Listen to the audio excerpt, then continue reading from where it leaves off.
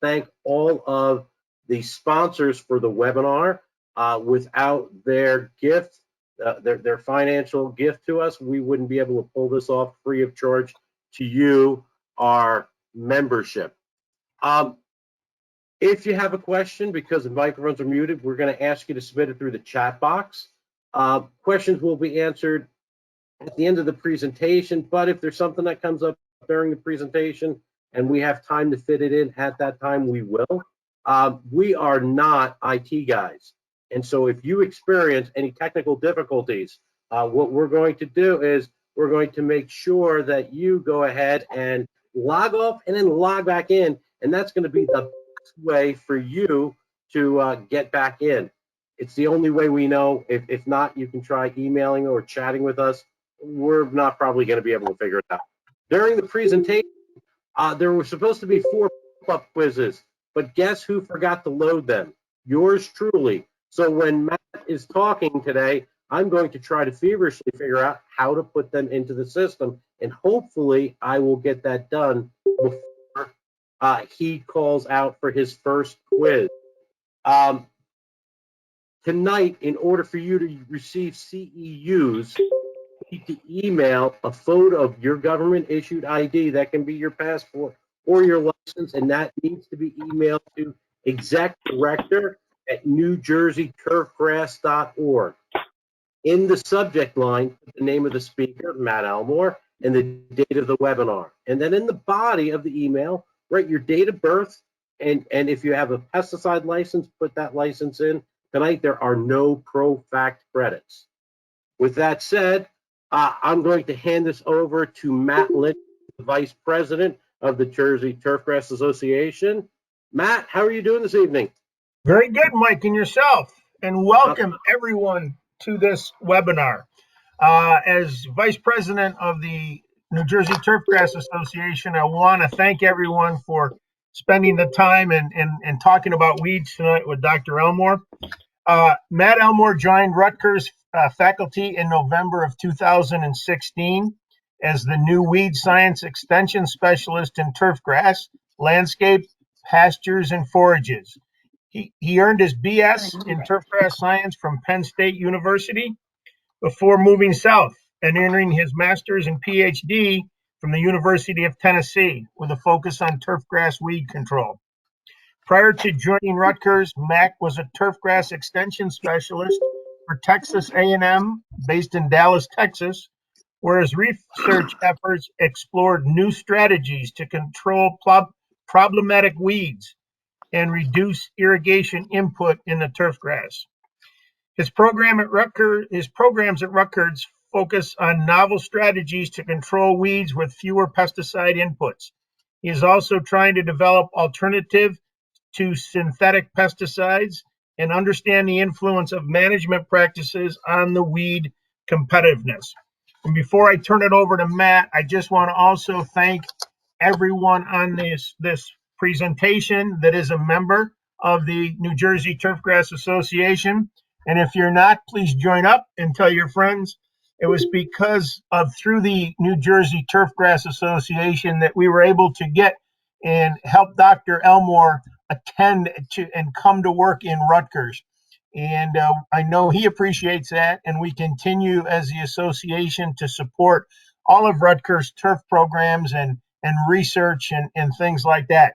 And on a side note, I've worked with Matt personally on some landscape situations and new programs and new weeds and new products. And we've got a winner here, folks. So with that, Dr. Elmore, it's your show. All right, great. Good evening, everyone. Thanks for taking the time to come out. And I hope you can see my screen. Matt, Mike? You're good. You're good. Okay, perfect. Yeah, so I do have slides tonight that we're going to go through, but I think what Mike and Matt are going to do is help to make this a little bit more interactive, maybe a little bit more conversational. So we may be skipping around, and who knows, we might not even get through all these slides, but what we want to do is again have a conversation about, how do we control these weeds and how do we do it in a practical way. I think for me, sort of watching the messaging through this pandemic has, sort of made me rethink a little bit about how, I deliver and try to deliver my, education, and think about a little bit more about, okay, what would I actually do, if I had economics and all that kind of stuff in mind. So we'll get into that a little bit today. How do we apply these things practically, especially in the lawn and landscape? So feel free to chime in the chat. I have that open. I can see that. So if you have questions, be happy to entertain them as we go through. We don't necessarily need to save them for the end. All right. So we'll go see if I can get this going here. All right. So we are going to cover certain weeds tonight. Those weeds are ones that I think are problematic from my interactions with people, of course. And so no, right? Mike Reed, you got to mute some people, please. And so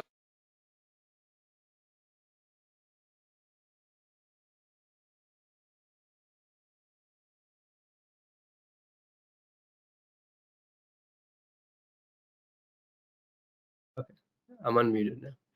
All You're right. unmuted now, Matt. All right, thanks. Sorry about that. Oh, this turf grass weed control for professionals guide I think is really valuable. It's about 130 pages. It's not something you would want to sit down and read cover to cover, but a good desktop reference for, okay, I've got a particular weed, what herbicides are effective against it, what are some cultural practices we can use, management strategies, that kind of thing. Or if you have a particular herbicide, what weeds is that effective against, what turf grasses are tolerant. So this is a guide, a multi-state guide led by Purdue. So $12 for a PDF download, $20 for a hard copy. If you just Google Purdue Turfgrass Weed Control for Professionals, you can find it. All and right. Matt, the 2021 version is available now? Yes, I believe so. I think I should know this. I'm an author on it. Okay, I think I'm just asking. I haven't really looked of late, but it's a wonderful, wonderful tool to carry in the field. So I want to make sure that I get the latest and greatest. I think it is. I haven't gotten my copies yet, but I believe it is available. If it's not, it'll be the next week or so. It's something, we update it every year. I don't think you need to get a new version every year. Maybe every 3 to 5 years or something like that would be a good chance to refresh it if you haven't. So, thanks, Matt. We're going to talk about different weeds tonight. We're going to talk about summer annuals. And one of the main ones we think about is crabgrass. We're not going to spend a lot of time talking about goose grass, but I do want to make sure everyone is at least a little bit familiar with it, because it's becoming hugely problematic across the state, especially for those of you that are managing municipal areas, parks, athletic fields, those sorts of things that are highly trafficked, maybe more so than home lawns. It's becoming a problem. So if you look at the image on the left side of your screen, you have smooth crabgrass. And the right side is goose grass. So these are both summer annual weeds of the same life cycle. But you notice that goose grass has that white flattish stem, whereas the smooth crabgrass has a purple rounded stem. So that's one of the easiest ways to identify this weed once it gets to this stage, is just that stem, if you pull it off the plant and roll it between your fingers, it's going to be flat, whereas crabgrass is typically more rounded. Also, if you get to the point where it's producing seed, the seed head is a dead giveaway. So you see that herringbone seed head shape on the upper right hand corner of the screen, and then often many of those seed heads will have 3 spikes or more, and that you can kind of see where it gets the name goose grass from that seed head there. It kind of looks like a goose's foot. Sometimes it's called a crowfoot grass. But herbicides like quinclorac that we use a lot for crabgrass or some of the pre-emergents aren't going to be. Quinclorac is completely ineffective against goose grass, and some of the pre-emergent programs would need to be adjusted if goose grass is a major problem. So just keep an eye out for it, and we've got some fact sheets available if you have questions. Another one we'll talk about tonight that's a summer annual weed is Japanese stilt grass. A life cycle, again, similar to goose grass and crabgrass, but I know this is becoming a big issue in lawns in New Jersey, or already is. Typically it likes shaded areas, but I've seen biotypes that seem to have adapted to mowing in full sun. But often this is a weed that's thought of to be invasive in the understory of forests. You can see the leaves there. It's called stilt grass because these long stems actually sort of fall over and root into the ground, sort of like stilts. But very easy to pull out of the ground, very hard to control when it gets to be this big. So we're also going to talk a little bit about, we're not going to talk too much about annual bluegrass probably, but just be aware that obviously this is another problematic annual weed that actually behaves like a perennial in this state. So just to be, so we're all on the same, wavelength here. Annual weeds, obviously, we have an opportunity to interrupt that life cycle right now, really, when those plants are in the ground as seed. Well, they're not plants, they're seed. So pretty soon, these plants are going to start to germinate, and we'll talk about that. They're going to grow rapidly during the summer. In late summer, they sort of enter the reproductive phase where their vegetative growth slows, and that's sort of represented by this plateau on the graph. And they start to produce seed, and they die at the first frost, and the seed that's in the soil becomes next year's crop. So that's why a lot of times we like to use pre-emergence herbicides to control these weeds. A lot of times, the summer annual, the battle against summer annuals, you could say, starts with crabgrass emergence, which in New Jersey is usually April to mid-May, depending on the year and maybe where you are. But actually, interestingly, stilt grass typically germinates before that. So we'll talk about that tonight as well. And then just keep in mind with things like annual bluegrass, the life cycle is completely opposite. So annual bluegrass is not a huge problem in home lawns, but tends to be more problematic in irrigated areas, especially where they are mowed low. That's where annual bluegrass is competitive. But the opposite life cycle almost from the warm season weeds. So it's going to grow really well here over the next couple months, produce seed. A lot of it might die or maybe just kind of survive the summer as a weak perennial, and then we'll get a big flush of seed germination in the fall. All right, so here's pictures of annual bluegrass, of course, as we go through the season. And the big problem with that is that, it really, under, typical maintenance does not really do well during the summer. So we get voids in the turfgrass stand. And what can happen is sometimes as we get on this, annual weed life cycle train where the annual bluegrass checks out in the summertime, maybe in your athletic field, and then the crabgrass fills in those gaps. And then you go to the fall, and especially whether or not you had annual bluegrass, for I think a lot of us in lawn and landscape, this is the real problem here, where, we look at this picture. On the left side of the screen, we've got a nice dense stand of Kentucky bluegrass.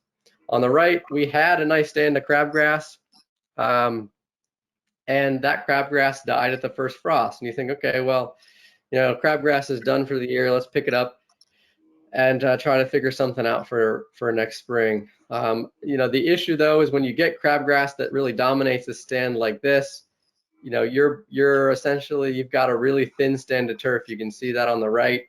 And this picture was taken in November, so not a lot of time to really get recovery of that turf grass and get a dense stand of turf grass to outcompete those crabgrass seeds that are going to germinate the next spring. The other problem, of course, is that we've dropped a bunch of seed into the soil, making the problem even worse. So those are the things we're going to think about tonight as we go through. And the last thing I want to leave you with is just thinking about, when we're thinking about these annual weeds, we've talked about the life cycle, but the biggest thing to think about in that life cycle is this soil seed bank. And you can kind of see that depicted on the lower right-hand corner of the screen. We've got an annual weed life cycle, so it'll germinate. If we go to the bottom, that's kind of where we are now. In the next month, we'll get germination, we'll get growth. Those plants will mature and drop seed, and those seeds will go into this soil seed bank.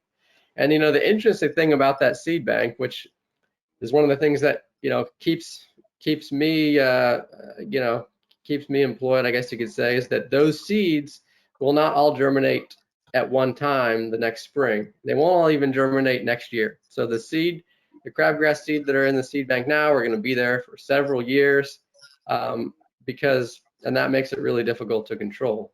If you think about it, if all those seeds germinated at the same time, it would be really easy to control crabgrass, right? We just wait till the seeds germinate, spray our herbicide, and we're good to go for the rest of the year. But the reality is, we always talk about different pre-emergence programs because those seeds will germinate throughout the year. They'll even germinate into subsequent years. So it is a real challenge to manage this soil seed bank. Doc, how long would a crabgrass seedling or crabgrass seed last in the soil? Is it It's a good question. 2 years or is it 5 years?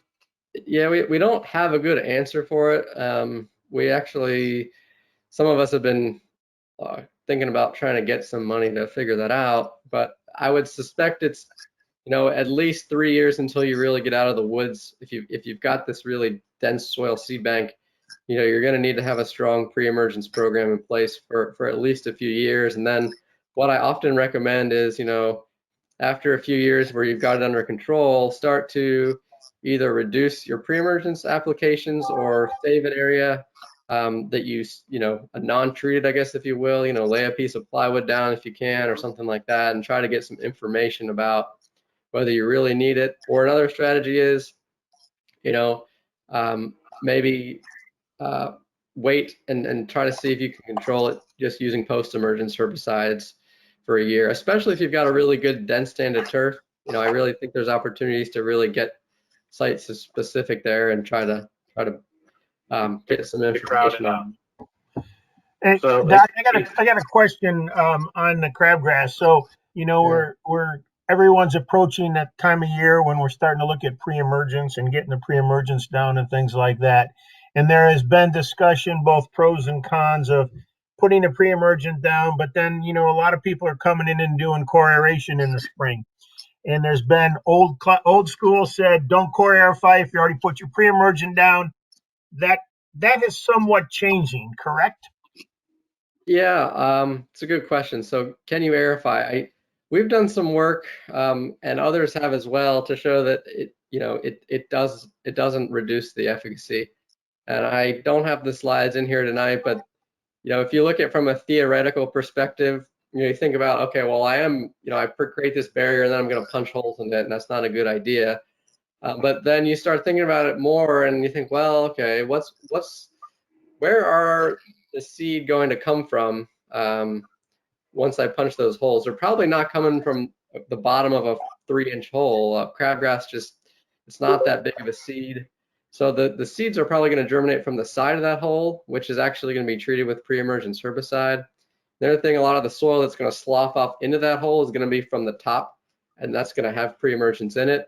And then if you get cores that come up onto the surface, that's going to bring a seed to the surface potentially that's not treated, but that seed the root would then have to grow through treated soil. So theoretically, it seems like we should be able to aerify into it. And then if you look at a lot of the research that's been done, a lot of this was done a long time ago, and it shows that even aggressive core aerification after pre-emergence application doesn't reduce efficacy. And then we've done some work in non-pre-emergence turf where there was no pre-emergence applied, and kind of looking at like a low impact or maybe an organic management scenario. And we found that it does not increase crabgrass if you aerify either in April or May, provided you have a good stand of turf in place. And so you're not basically thinning out the stand, dramatically by that aerification. There's other work to show that in poor stands of turf, when you aerify with no pre-emergent in place, you can increase that annual weed infestation. So the unfortunate thing is that thought is not supported by the product labels, so that's a difficult situation. My advice is aerifying in the fall is better if you can, assuming Poa annua is not a problematic weed for you. But in a lot of situations where there's traffic and compaction, you need to aerify more than once a year. And so my thought is if you need to aerify to promote the growth of the turf grass, that's the most important thing. And so I would do so. If that answers your question. Oh yeah, that's perfect, because I know that comes up with a lot of people at different times. Yeah, and I don't know what you've seen in your experience, Mike and Matt, but that's kind of the message that I've been giving over the last couple of years. Yeah, it's not the message that I've been giving out, to be quite honest with you, Matt. I'm older than you, a lot older than you, and so we were trained pre-emergence. You can't aerify; it disrupts the barrier, and you're going to have crabgrass. And so that's what we've been living with for all these years. So you shed some light on that. Thank you. Yeah, those are my thoughts. Again, I'm just you don't have to take my word for it either, but it's something I would certainly try out if I was in a situation where compaction was really limiting the turf growth. Aaron Patton has a good blog. If you Google Purdue aerification pre-emergent, you might be able to find it that explains it in more detail. Yeah, I think it's important. You said the most important thing is getting a healthy stand of grass. Because even if you have a and it's a very thin grass stand, you're still going to get breakthrough. So you're better off aerifying and trying to fill that lawn up with as much healthy grass plants as you possibly can to help crowd out crabgrass germination. Yep, yeah, the pre-emergents that we use aren't designed to hold up in really poor turf cover. They're designed to kind of work together. So, well, that was my question. And I think you show as you go later into your presentations a tremendous amount of newer products that in the ice age when Mike and I were growing up we didn't have. So post-emergence is somewhat easier than it was back in the ice age. The ice age, yeah. Yeah, we can talk about some of those. We don't have to go through this linearly. So this slide we can skip. I was basically just going to show that, this is annual bluegrass seed. They germinate throughout the spring and fall. I don't know, Mike, if you've got a poll or. I actually got a quiz up. All Holy right. cow. I was scared after that. So let me launch it, and you should be seeing a quiz right now. And you get a total of 30 seconds to complete it. It's true or false, folks. It's not hard to answer. It's click true, click false. And if you're trying to get credits, you got to make sure you click one of those buttons. So Matt, as people are getting ready for the quiz, one of the things that you hit upon is the fact that, it could take up to 3 years if you're getting on a property that is loaded with crabgrass to potentially get it under control. I think that's a kind of a really general statement, not based on a lot of good research, unfortunately. But I think that's hardest thing for people to do is to go out there and set expectations. I just get a new customer on board. I know their property. I can see all the dead crabgrass plants all over it. It doesn't have a lot of grass. I think it's nice to be able to give the audience the idea. It's like, listen, this is not a one and done. This isn't going to be a perfect lawn. It's going to take 2 or 3 years before we may be able to wrestle the dragon, so to speak, and for sure what we're looking for. Yeah, absolutely. And especially if, you start to make progress and then we get a bad weather year, and then like I think of 2018, we had all that rain right at the end of the summer. So we had, turf grass dying out from brown patch or whatever, at the time where the pre-emergents were basically shot. And so then you get basically a refresh of that seed bank, and you kind of lose some of that progress a lot of times. So yeah, for sure. I think steady progress towards the goal is probably with the expectation that hopefully can be set. Okay, so we're done with our first quiz, and the question was, pre-emergent herbicide should be applied for annual weeds prior from emergence from seed? And the answer to that would be, Dr. Elmore? Yes, or true, I think was the answer. There you go, true's the answer. 93% of you got it right. All right, and we didn't even talk about it. So that means I probably don't need to talk about it. Go ahead, sir, you've got it. All right, let's keep going. So do we want to kind of make a transition, Mike and Matt? I don't know if you want to talk any more about traditional pre-emergence, we can, but I was going to kind of make a transition. I think, Matt, if you just continue your presentation, it's going to sort of connect everything that we're talking about here. And, at the end, if we get time or we're running short, we can jump around. But I think that, spring seeding and pre-emergence and the weeds that come up, that's all pertinent to as we get into the next few months. Perfect. Yeah. So let's talk about weed control at spring seeding right now. It's spring seeding's tough because if somebody calls me on the phone and then says I want to renovate my lawn right now, I really try to convince them to wait till the fall, because weed control at spring seedings is really problematic. One of the things that you all have going for you is that you're, and I'm talking about when I talk to kind of the do-it-yourselfer who doesn't have a lot of background. There is an opportunity. It's still a very difficult thing to accomplish, but there is an opportunity to do spring seeding, I think, if you're a professional and the customer really wants it, and like Mike said, you set those expectations that, look, hey, we're going to make progress towards the end goal, but don't expect to go through the summer without crabgrass. And because the reason we suggest fall seedings is, one, you get 2 seasons, the fall and the spring, for the turf grass to mature. But the really big reason is that the summer annual weeds are so much more competitive than the winter annual weeds. So when we seed in the spring, it's just really a struggle in terms of how do we get those tall fescue seeds, which you can see here's a tall fescue establishment on the left in the fall. How do we get those seeds to outcompete the crabgrass seeds, which you see on the right? Because even if you seed at a pretty high rate, which we recommend for tall fescue and ryegrass, 8 to 10 pounds per thousand, even if you seed at a pretty high rate, these weeds are so competitive that you're going to lose the battle to them in the absence of a pre-emergence herbicide program. What you've got on the right side of the screen, you see those crabgrass seedlings there, and maybe a few tall fescue seedlings, but you've got a recipe for just crabgrass domination, nutsedge domination.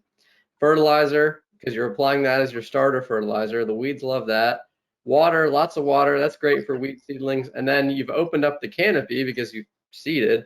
So there's a lot of sunlight there for those weeds as well. That's the one thing that they really, that really makes them not competitive in a thick stand of turf, is they may germinate, but they're not going to get enough sunlight probably to mature and be competitive before that seed runs out of gas. So that's the problem. And then the other problem is, of course, you can't use your traditional pre-emergence herbicides. Dimension, your dithiopyr, your prodiamines, your pendimethalins are really strong crabgrass products, but you can't use those in a situation where you've got immature turf. They'll stunt the roots. If you put them out at the time of seeding, you'll have, the seed won't establish at all. Even if you're in a situation where you seeded late last fall, like October and November, and you don't have a really mature stand of turf yet, those traditional pre-emergence should be avoided in that situation as well. You want to check the labels for that sort of thing. So in that situation, really what you're looking at are these products that can we call them softer chemistries in terms of how they work on roots. They don't prune roots. We've got these products here. We've got the Mesotron, which really kind of became an industry standard after it was introduced. And then another one that can be used around seeding, and these are the ones that can be used again before those first 2 mowings, is quinclorac. So that is really strong on crabgrass and some broadleaf weeds. And one that is not really available anymore, but used to be an industry standard. It's still around. It's just, my understanding is it's tough to find, and that's 2%. Excellent crabgrass control, pre-emergence crabgrass control product that was safe for use at seeding. So these are the products that you can use. Now, they are effective against crabgrass, but their residual is not going to be as strong. So you're going to need to kind of develop a different program for these spring seedings. Both of them, though, do have post-emergence activity on crabgrass, but they're not going to be effective on really large plants. So it gets a little bit difficult to try to design programs. The pros and cons of each, or the strengths and weaknesses of each, I guess you could say, are listed here in terms of weeds. I think love grass is really more of a problem on sod. So really for our purposes today, we're looking at, how do we control crabgrass, maybe foxtail? How do we control broadleaf weeds, summer annual broadleaf weeds like purslane and spurge? And then nutsedge is actually a big problem. If you really clear out and renovate a stand of turf, you might find that you have a nutsedge problem you didn't know about, because nutsedge is really competitive in thin stands of turf. So, what do these different products do? Let's focus on Mesotron first. That has efficacy on all the major weeds that we want to talk about. Mesotron is not something I would go to for post-emergence yellow nutsedge control, but it's the only one here that has efficacy in a seeded stand. As those shoots emerge, those nutsedge shoots emerge from tubers, it will suppress them. I think the key with these, though, is that multiple applications are going to be required, and sometimes utilizing that post-emergence activity if you can. So maybe some of the work has found that you could seed 1 week and then come back a few weeks later and make that application when you've got little crabgrass seedlings, and then you kind of extend that residual that way. But probably more practical for a lot of us is that we're going to apply these at seeding, especially the mesotrione, and then make another application 4 to 6 weeks later to try to extend that residual. A quick question, Doc. The mesotrione, Yes. you can use it over cool season mixed grasses. The question I have for you is, how soon after the grass seed germinates can you make another application? Good question. Is it a mowing, 2 mowings, 3 mowings? Is there a number? Yeah, good question. So we apply it, or maybe we seed, when can we apply it? The recommendation on the label is that you should wait, I believe it's 28 days or 2 mowings. Now, my interpretation of that has always been that's not a legally binding thing. That's a suggestion to reduce injury, but you can apply, really anytime. You just might see some more injury, and you have to be a little bit careful. One of the things about the injury with mesotrione is it's very dramatic, right? It's this bleaching, and you think, oh man, I'm really, killing these seedlings. But one of the things the research has found, and I can just go ahead to that. We'll go back to this, is that the Mesotron injury, you can see it here on the lower right-hand corner of the screen, is very conspicuous. But the research that's been done shows that it typically only results in minor reductions in seedling cover. And if you compare that to quinclorac, which is also useful in these situations, that's Drive, or there's various other formulations, that injury is less conspicuous. It's more of like a stunting and kind of twisting of the grass turf leaves, but that can actually result in not major, but it can result in small cover reductions. So, I think that injury can look dramatic, especially in perennial ryegrass and tall fescue, but it typically doesn't result in cover reduction. So, ideally you'd be able to wait until 28 days after seeding, but if you start to get, if you get into May and we start to see crabgrass plants late May, it's almost better to make the application and tolerate some injury, because you don't want to lose weed control efficacy, because then you really get behind the 8 ball. So there's not a real prescription, but that's sort of my philosophy for it, I guess. Thank you. And Doc, we've done work. We do a lot of work. We do a lot of applications with that particular product. And in our work, we have found that we can actually seed, and within 7 days after seeding, 7 days is about the maximum, we can then come out and apply. As long as the seed has not germinated, there's no injuries whatsoever. And that seems to work fairly well too with that type of chemistry. So, Great. you don't want to wait until the seed just germinates. There is a little, to your point, there's discoloration, a little stunting of it. But, if for some reason you didn't get it on, go ahead and seed. And, within 7 days of seeding, put that material out there. You're not going to have any side effects. Yeah, great comment. Yeah, because if it's practical to come back 7 days later, then you extend that residual by 7 days, which doesn't seem like a lot, but is actually quite a bit when we're trying to get to the summer. And that there is research from Purdue and Nebraska. They did some trials looking at these different compounds applied at various times around spring seeding, and they found that mesotrione and quinclorac applied at seedling emergence, which would more or less be, Matt, what you were just talking about, not the day of seeding, but 7 to 14 days after, they got more control than when they applied at seeding, because they extended that residual. So if you are applying to young seedlings and spraying the product, just don't include a surfactant. That's one piece of advice I have. That reduces the turfgrass injury a little bit. So Thank you. yes. I think just some nuts and bolts here on these. I don't think we need to go into it too much, but I think the one thing to keep in mind is the number of applications you're going to want to make, and the rate depends on how bad does that seed bank or how severely infested that property is, or that seed bank, how strong that seed bank is. There's no way to really know a lot of times, but if you walk out into a situation where there's not much turf grass and it looks like your lawn at this time of year is 90% crabgrass carcasses, well, you're going to need a pretty strong program there. Whereas if you're doing a renovation or a seeding where you've got really good turf cover, you're obviously going to need less. So in these situations, it's tough, especially in lawn care when you're on a maybe 6 or greater week cycle, because scouting can really be important, and not letting those crabgrass plants tiller too much, hopefully. But a lot of times a typical program might be to start with 1 or 2 applications of mesotrione, because mesotrione has more of a broad spectrum. And then you can move to quinclorac, when you get into the summer, if you start to get breakthrough with weeds like crabgrasses and foxtails and that sort of thing. So any questions on seeding? If not, we can go to the audience poll, or maybe we can kind of take some questions while we do this poll. But that's sort of my 2 cents on seeding, I guess.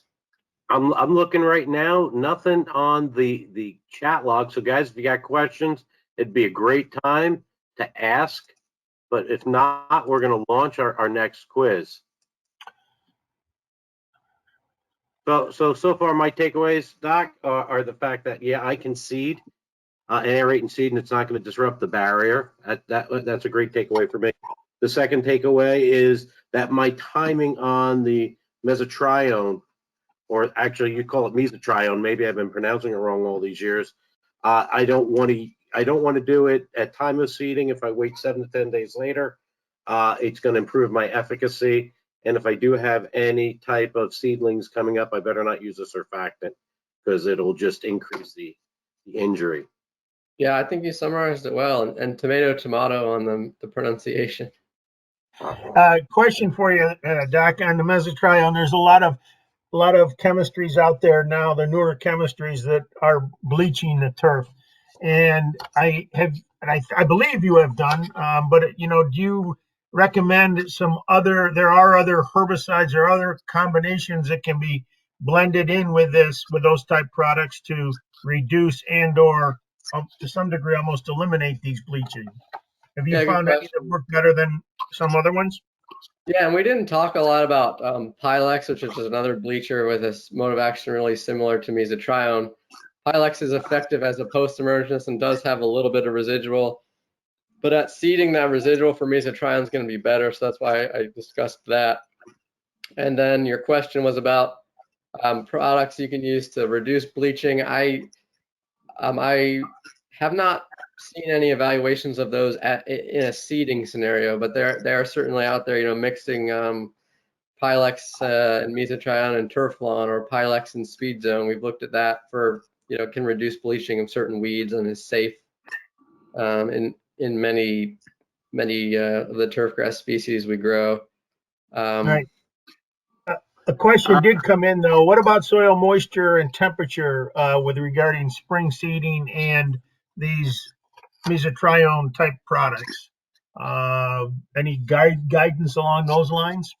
Yeah, good question. So, I think generally at a seeding, soil moisture is going to be good.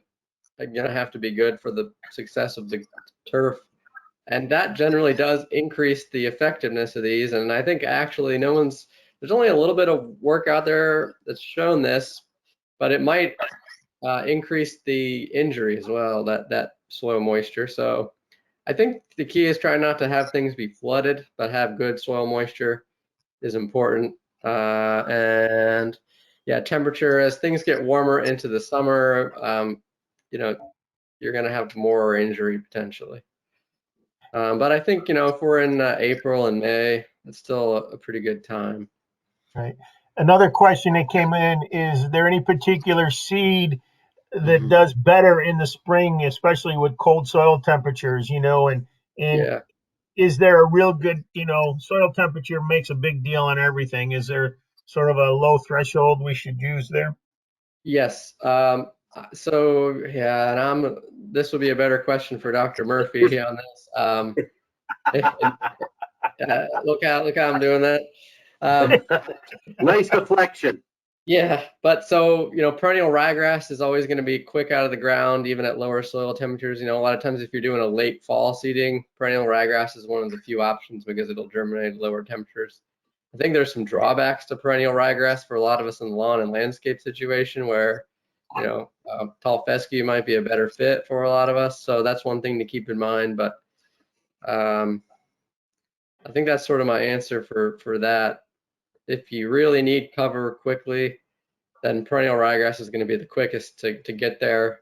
Bluegrass is going to be by far the slowest, and then tall fescue is kind of in the middle. Okay. There's also a comment that green dye is a good choice. Yeah, that can work. One of the things that we've noticed about the green dye, because there was some work that I think was done at, how can green dye reduce the bleaching? But the interesting thing is a lot of times the bleaching shows up on the leaves that emerge after the application. So those leaves would not have been present if you sprayed the green dye at application.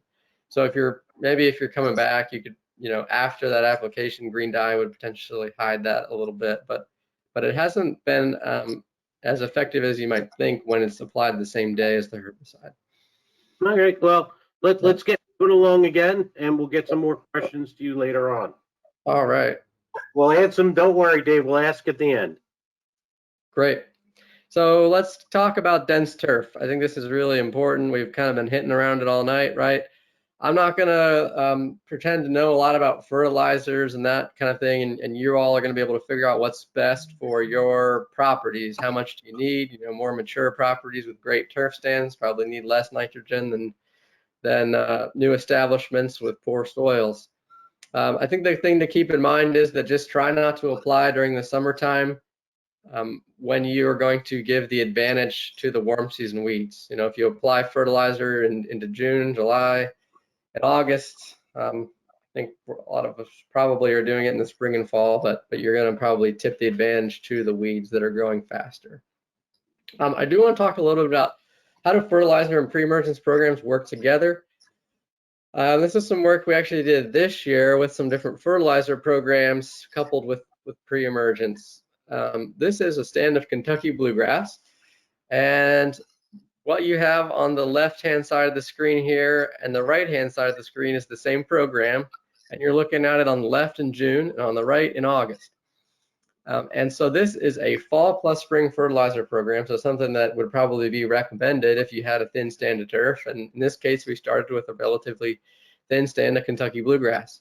You can see the effects of that fall plus spring fertilizer application. If you look, in between the white dots, in between those 4 dots, that's where the treatment was applied.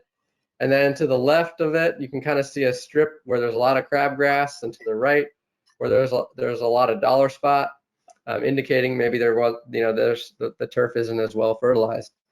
And here's what you see in June. If you look, you can see there's a little bit more crabgrass control there where that fertilizer was applied compared to this strip here. I don't know if you can see my cursor, where there was no fertilizer applied, kind of on the left side. And so this is doing something, but of course, if we don't apply a pre-emergence, those plants start to tiller out, and by August, it looks like we, have no effect. It's doing something, and if we can complement that with an herbicide program, we found, and this isn't news necessarily, but that you can improve control. So look on the left side of the screen, we've got dithiopyr only, no fertilizer program applied.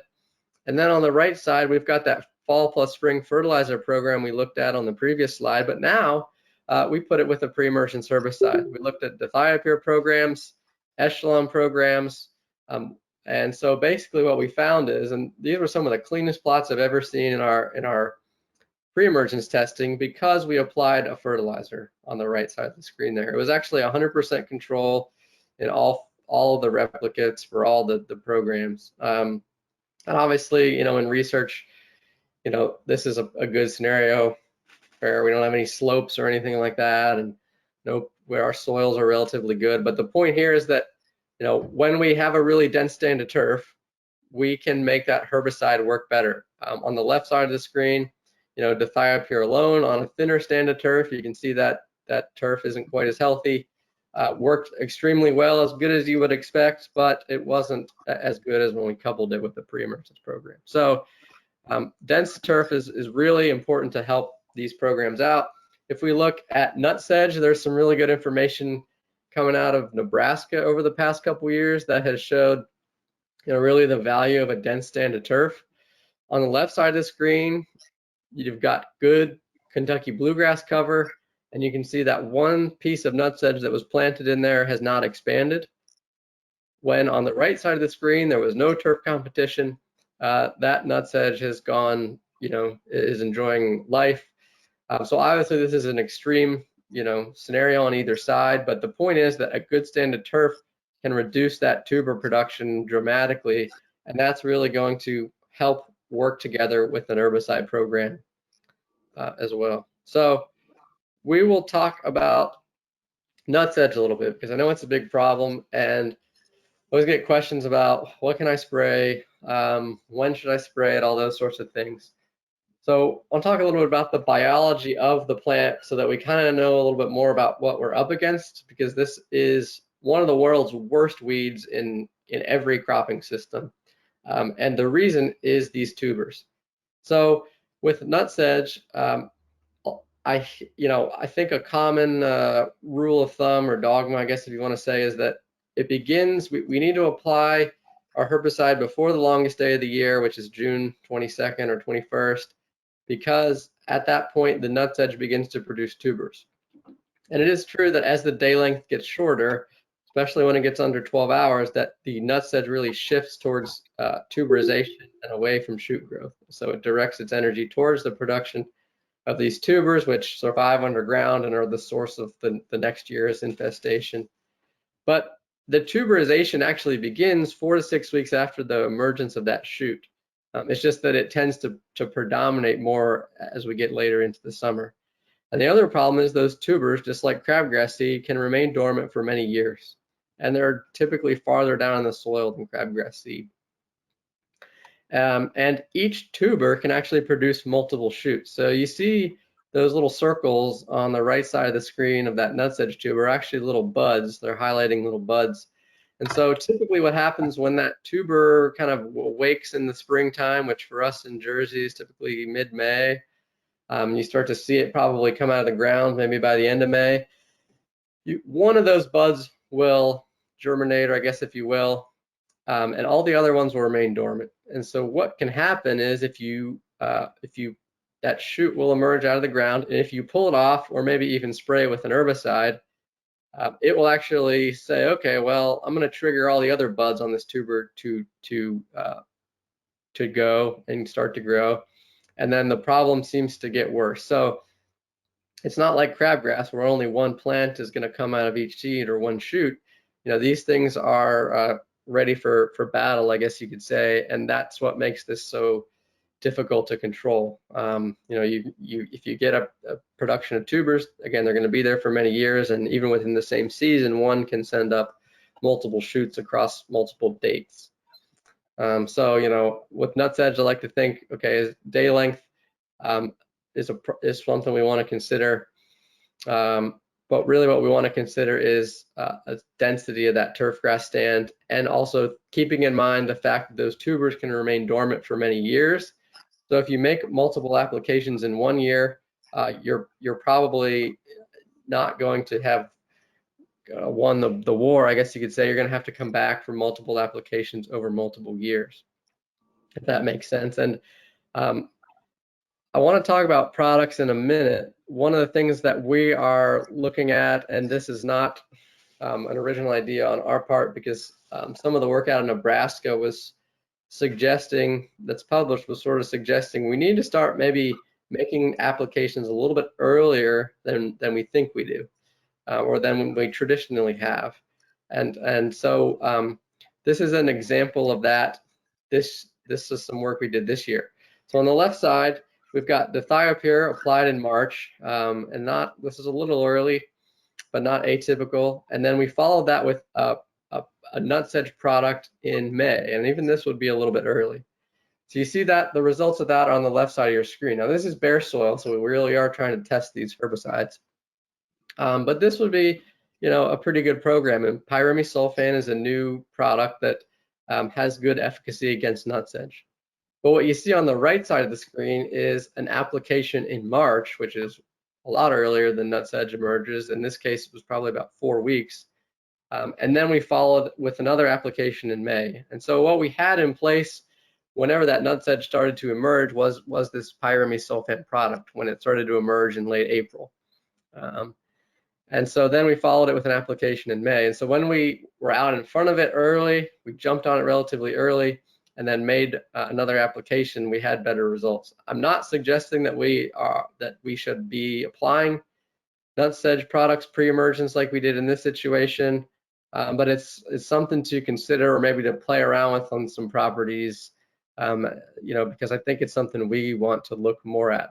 But my take home from this is that you want to not get behind with nutsedge, and you need to plan for multiple applications over multiple years. So initiating programs in the spring, multiple applications over multiple years, cultural practices to improve that turf grass density in the spring and the autumn is really important. And then water management, if you can. I know this is sometimes easier said than done, but trying not to over irrigate, because nutsedge is really competitive where we over irrigate. So with that, I'll talk real quickly about some of the products, just briefly. I think a lot of us are familiar with the products that are available. Halosulfuron has been an industry standard for a long time. Vexus pyrimisulfan is a new product, and the unique thing about it is that it's a granular that can be applied to dry turf. So you can apply it to dry turf and then water it in within 48 hours. Because it has soil activity and uptake, it is effective. Other options are your sulfentrazone-based products like Dismiss NXT, and SurePick is a sulfentrazone product. Solero is a masosulfuron. We've done a lot of work with that for Kalinga, and it's extremely effective, and it is labeled for nutsedge as well. I have not looked at it as much for nutsedge. These products are going to be in the range, listed below. This isn't exact figures, but $70 to $100 per acre. There's not huge differences in prices between them, is my understanding. The key thing, though, I think, is that we have only 2 modes of action for nutsedge and Kalinga control. So I'm grouping Kalinga in with nutsedge because they're both sedge species and the herbicides we use are similar. We've got 2 chemistries, and I think from a resistance management perspective, it's important to preserve them because resistance to these has been reported in turf grass systems. So we've got your halosulfuron, pyrimisulfan, and masosulfuron products, so your Sedgehammer, your Solero, your Vexus on the left side of the screen. They are the ALS inhibitors that produce this yellowing, which typically takes several weeks to show up after an application. And then you've got your sulfentrazone-based products on the right side of the screen. Those are your PPO inhibitors. So a lot of times I think a good strategy is to use an ALS inhibitor for 1 year and make multiple applications with that. And then the next season, if you can, rotate to a PPO inhibitor, or maybe 2 years up with one and rotate to the next. But to use the same chemistry year after year is you're opening yourself up to resistance. So always use a surfactant too with a masosulfuron, which is Solero, and halosulfuron, which is Sedgehammer. All right, I think that's all I have on nutsedge. We can do a poll, and now we're getting close to 8 o'clock, so this is our last one. Sure, we're going to launch it off there. And so as they're taking the quiz, I might have tuned out for a moment, but did you say that when you spray a leaf from a nutsedge plant, it basically tells the nutlet to trigger off starting to put out new growth? It can, yeah. And even if the herbicide is systemic, sometimes it doesn't always get to that tuber and kill it. And so you were looking at 2 different chemistry classes. Not every time, but sorry, go ahead. No. Okay, finish your statement. I apologize. Oh no, that's okay. I was just saying it doesn't necessarily always happen, but that can happen. Okay. So the next statement I had for you were talking about the 2 different chemistries that were out there, the 2 families of it. Are they both systemic in their nature? Good question. The halosulfuron the ALS inhibitors are known to be more systemic than the sulfentrazone-based products. Okay. But the sulfentrazone-based products do have soil activity, so they will, control plants as they emerge from the soil and also control the foliage above ground. And Gotcha. and also, I think with that sulfentrazone products, you're getting perhaps a little bit broader broadleaf control than you would with just your ALSs. I mean, the ALSs seem to be strictly towards the sedge family of weeds, correct? That's a great point. Yep. Yeah, the sulfentrazone will give you some broadleaf weed control. Now, one thing to be careful of is there's a lot of broadleaf weed control products that contain sulfentrazone that give you that quick, rapid visual activity. The burn down. Some of them have those. Right. And just, we're all experts, we're all licensed, and you just have to make sure you read the labels, because some of the labels will say suppress and some will say control, and there is a difference. Yep. But yeah, that is a good point, Matt, on the pros and cons of the two. We did have a quick question from Alan Carter.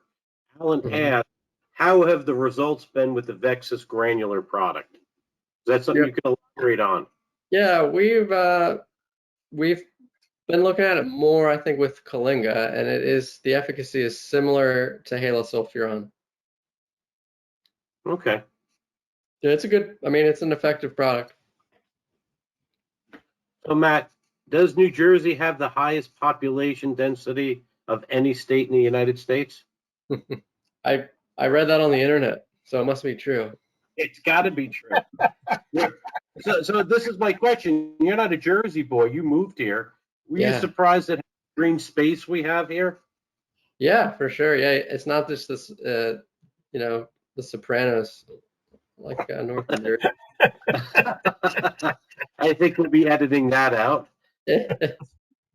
No, yeah, it just depends where you live, right? But I think in turf, it's a great it's great to have the urban environments because turf has a real fit. So.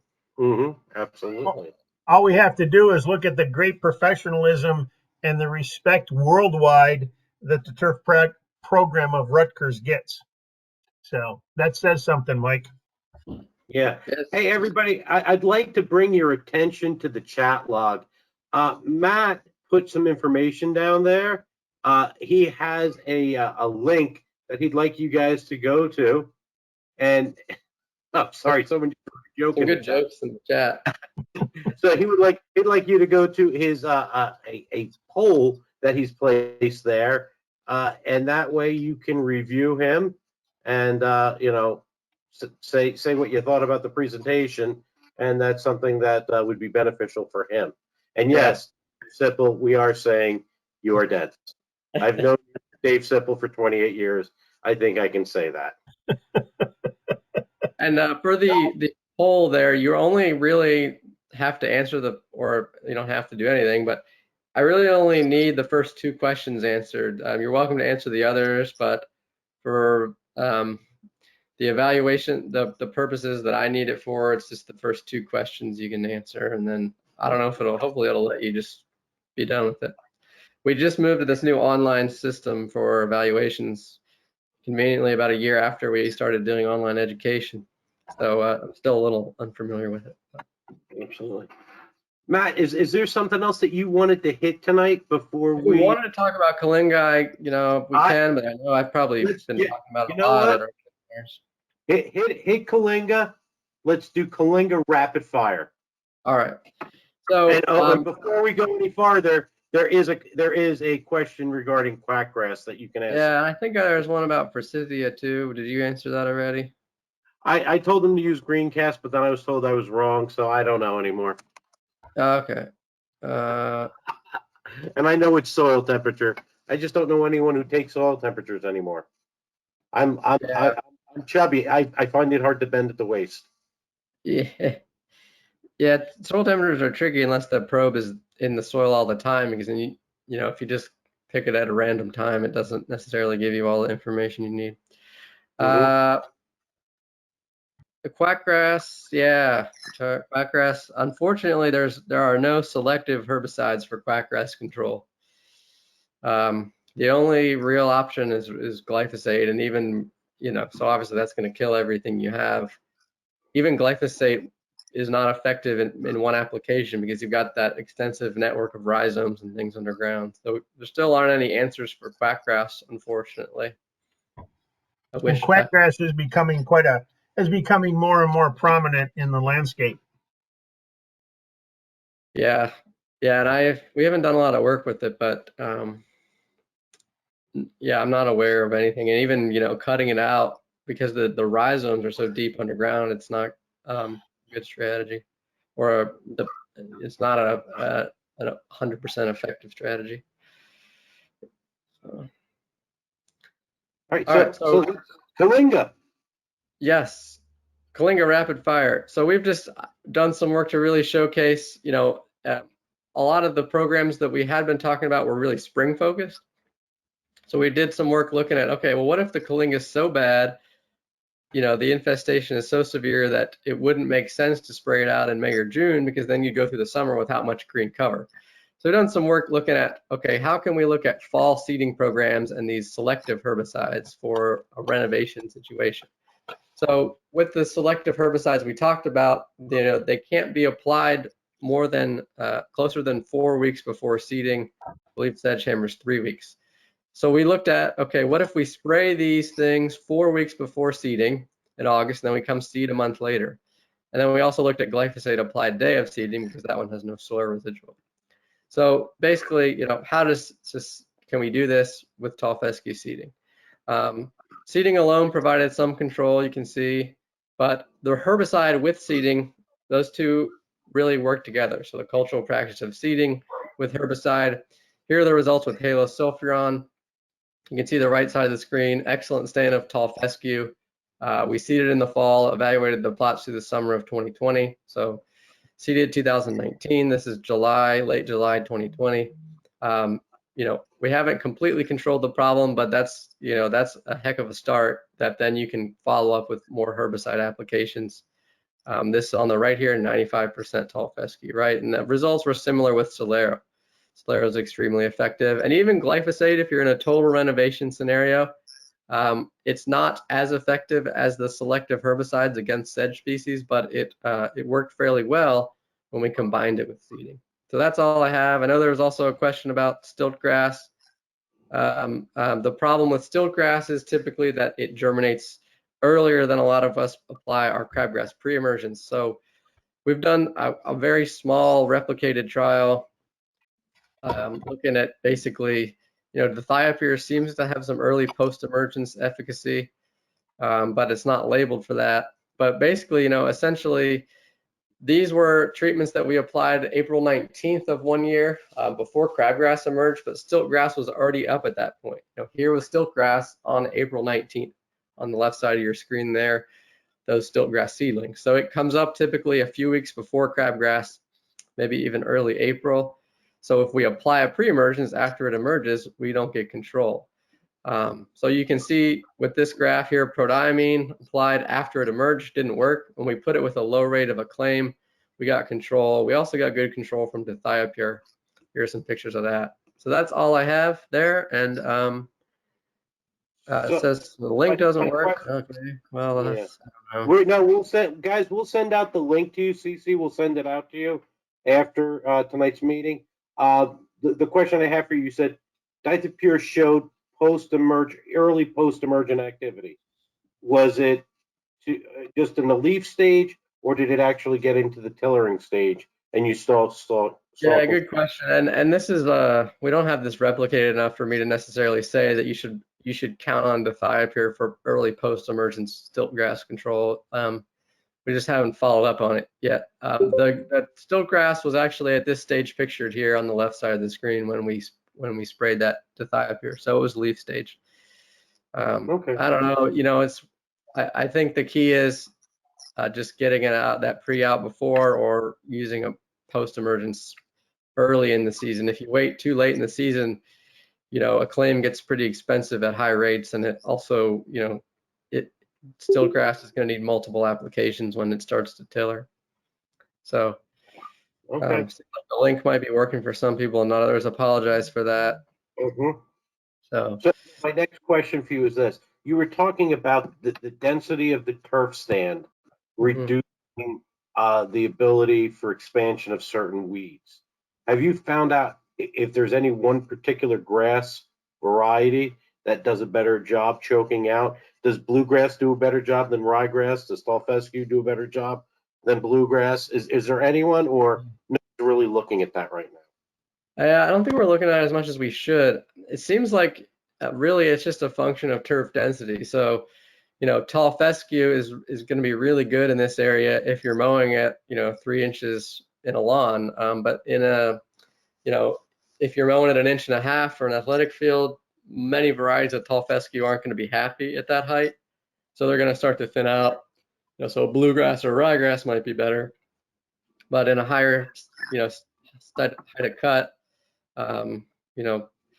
ryegrass may thin out if it doesn't get enough water and that kind of thing, or whatever. So it just depends. I think it's really just a function of density. Okay, that's good information. And there may be a little bit of some of these varieties may leach some. There's been work looking at fine fescue to show that it has allelopathy, which basically means it produces chemicals that can inhibit weeds. So it's not just purely a function of competition, but there's something else going on, and there may be that going on with some of these varieties. We just don't know. Nobody's done the work to tease that out. It's a good question, though. Yeah. We do have a question at the bottom from Andrew. Okay. Can you see that? I gotta pull up the chat again. It says Beacon primal sulfur methyl is good for quackgrass. Is it returning in 2022? Yeah, so Beacon used to have a label for use, a 2EE label, I think, for use in sod production, and that's not on the market. If it does come back, that would be useful in bluegrass, not in tall fescue. So yeah, that was it's been a kind of a big loss, especially for the sod industry. What other than acclaim works for stiltgrass post-emergent? Good question. There's nothing labeled other than acclaim, unfortunately. If the plants are small, there's a little bit of work I've seen to suggest mesotrione and pilex would have efficacy. It's one of those things I think it would be good to do more work on. And I wasn't aware when I arrived here how big of a problem it was. I was kind of convinced, well, it's probably shaded areas, but there's seen over the past few years some biotypes that again do well in full sun. So it's something we need to do more work on. I mean, the other thing that I think you would agree with, Matt, is that once again, this is a particularly for the stiltgrass type operation. It's an ongoing program. It's a 2 to 3 year application. It's not a one and done. And we've, to the point that we started out earlier this evening, you've got to convince and be upfront with your clients and tell them that. A lot of people want instant gratification in today's world, and we're dealing with Mother Nature, and we're dealing with a whole different climate changes and different soil types, different cultural practices that the people are using. But particularly with some of these weeds, they don't want to disappear. It's going to take a while. No, they've adapted to not disappear. So. Correct. Yeah, and I think we don't. Unfortunately, the research is not where it needs to be with stiltgrass. So, like we say, Matt, I mean, a couple of the keys I think are just getting those pre-emergents out early, probably in the next few weeks. Or if you're waiting, then you need to probably be scouting and looking with potentially a post-emergence applied, and you can get away with a lower rate if you get it early, or May, by the end of May. So. The other option on some of these pre-emergents for this, we're actually have played around with some late, fall applications, a little bit higher rate, but that way we're assured that we're getting it out before this nasty stiltgrass gets going. Yep. Yeah, that's a good strategy too.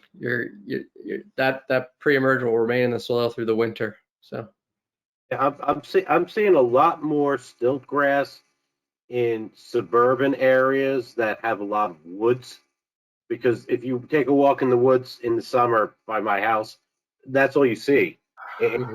used to be open areas at stilt grasses. And so there's a lot more pressure in, say, areas that are surrounded in the woods than you are in more urbanized sections where they don't have much pressure. Yeah. Yep. I don't see any more questions. Tom Ritchie. I was poking fun at him because he was talking about bayland and he's had success with it using it against stilt grass. And I mentioned that, well, I remember bayland from my prehistoric days with Matt, and it's like the flip phone of pre-emergence. But I guess it's still being used out there today. Yeah, it's the similar mode of action to prodiamine. So, if you get it out, there's a lot of products that, I wasn't trying to necessarily highlight specific products today, but a pre-emergence that provides grass control is likely going to be effective if you get it out at the right time. I think that's the most important thing. So, good point. Well, that's good. I appreciate it. So right now, I think I've taken back control. And if you're seeing it right now, it says the New Jersey Let It Grow virtually webinars. Is that what you're seeing, Matt? Yeah, yes, sir. You're good. Perfect. That is awesome. So, well, thank you, everyone. Really appreciate you making it out. This is our 12th webinar in 4 months. So it's brand new for us. And so hopefully we're learning how to do it and getting better as we go forward. Remember, in order to get your credits, you're going to have to email us a picture of you holding a driver's license or a passport to exec director at NewJerseyTurfgrass.org. It's just njturfgrass.org. In the subject line, put Matt's name as well as the date of the webinar. And then in the body of the email, write your date of birth and your pesticide license number. We want to make sure that we thank the sponsors for tonight. But before we get there, let's talk about upcoming events. We've got the Green Expo. It is going to be on in Atlantic City between the 7th and the 9th. Looking forward to seeing you down there. The Golf Classic, I don't know exactly what date we're having it because I think we just moved it. So we'll apprise you when that's going to happen. If you've never made the Golf Classic, it is a great event. We'll be having the field days in July, Tuesday, July 27th at Hort Farm 2, and then on July 28th at the Adelphi Turf Farm. Always the hottest days of the year. Bring sunscreen and a hat. And I'm sure Dr. Elmore is going to have all kinds of things to show us at the field day this year because they weren't held last year. So all kinds of good opportunities to learn and become well educated in the field of weeds. And again, if you're not a member of the New Jersey Turfgrass Association, we welcome you. Come and join us. We do a lot of good things for Rutgers University, but we have a lot of good programs out there, and we're always looking for support. And yes, Ken McPeak talked about the field days. Yeah, free ice cream. That's probably the highlight for me. Last but not least, again, would like to thank all the sponsors because without their help, we wouldn't have been able to finance and pull this off. So thank you so much, everybody, for your sponsorship. We really appreciate it. And with that, I'm going to let you sign us off, Matt. Yeah, thanks everybody. Thanks for coming out, and I appreciate all the support NGTA doing this so that I can have an opportunity to engage with you all. So let's have a good spring. Yeah, and actually, Matt, before you go, I have a question for you. Are there any special projects that you're currently working on? Yeah. So we're doing a couple things. We're going to look a lot more at Kalinga seed biology right now. So we've done a lot of work with post-emergence. This year, I've got a new grad student that's going to start in June. He's going to do a lot of work trying to understand how competitive Kalinga is from seed, because we really have been focused on controlling it post, and we don't know how competitive it is from seed. We're doing a lot with resistance of Goose Grass to pre-emergence herbicides. I'm trying to understand that. Those are probably the two big things. I'm still doing weevil stuff with Dr. Koppenhofer.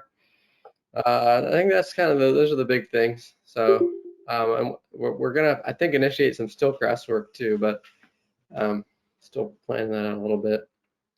those were just a few things. But yeah, it's a lot of fun. I miss that we didn't get to have field day last summer. I was kind of annoyed that we weren't allowed to have it because it's a good. I miss. I like to get to see everyone. So I hope to see you all there this year.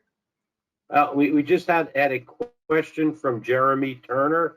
He said, any chance on getting New York credits included on future webinars? It was sent to me directly. Yeah, Jeremy, we're gonna plan a little bit farther in advance.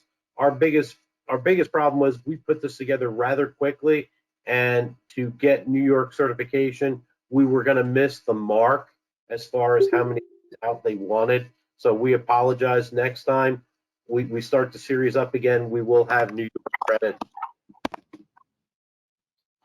And with that said, I think we are Thanks, done. everyone, and enjoy the spring that's just around the corner. Absolutely.